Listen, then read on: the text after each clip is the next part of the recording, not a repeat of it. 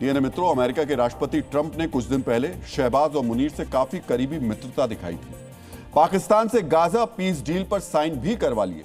अब बलोचों के बड़े हमले के बाद पाकिस्तान में अमेरिकी दूतावास ने इसे आतंकी हमला कहा है और यह भी बताया जिस संगठन ने इसकी जिम्मेदारी ली यानी बीएलए को अमेरिका ने आतंकवादी संगठन घोषित किया हुआ है। चीन की तरफ से भी ऐसा ही बयान आया।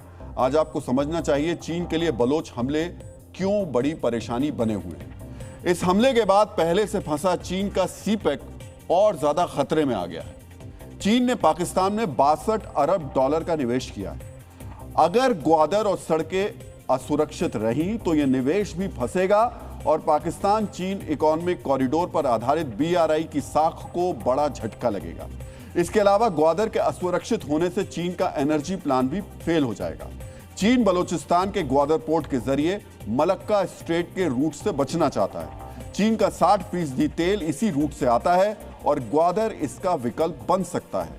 लेकिन बलोचों के हमले से ग्वादर अस्थिर हुआ तो चीन की ऊर्जा सुरक्षा कमजोर पड़ेगी। बीएलए सीधे चीनी इंजीनियर्स और वर्कर्स पर हमला कर रहा है। इससे चीन को अपने लोगों की सुरक्षा की चिंता भी सता रही है।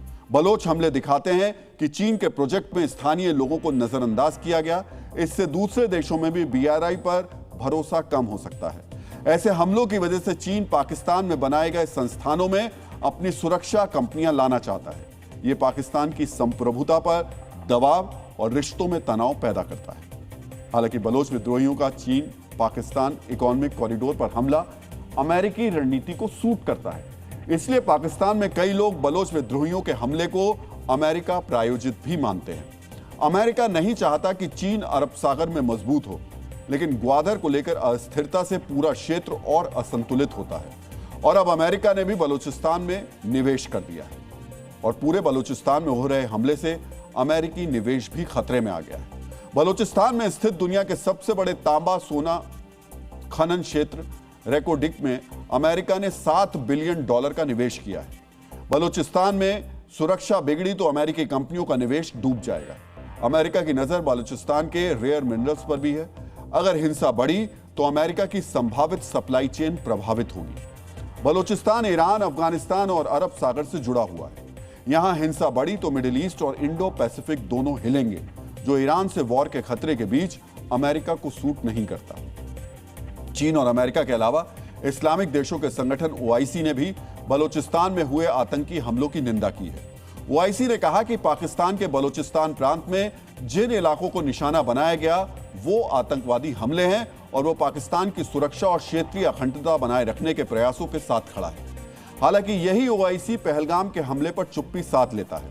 धर्म पूछकर हत्या करने वाले आतंकवादियों और उनके प्रायोजकों के खिलाफ उसकी कोई टिप्पणी सामने नहीं आती। बलोच नेताओं ने भी ओआईसी को इस बेशर्मी के लिए बेइज्जत किया है। बलोच नेताओं ने सवाल किया, पाकिस्तान ने 50,000 बलोच लोगों को जबरन गायब कर दिया। इस पर ओआईसी का कोई बयान नहीं आया, लेकिन अब वो पाकिस्तान से बलोचों की आजादी की लड़ाई को आतंक बता रहा है। ये सवाल बड़ा है। जो 50,000 बलोच गायब हुए वो भी मुसलमान थे। उन पर खामोशी ओआईसी की सुरक्षा की जो सुविधा है उसकी राजनीति की पोल खोलती है।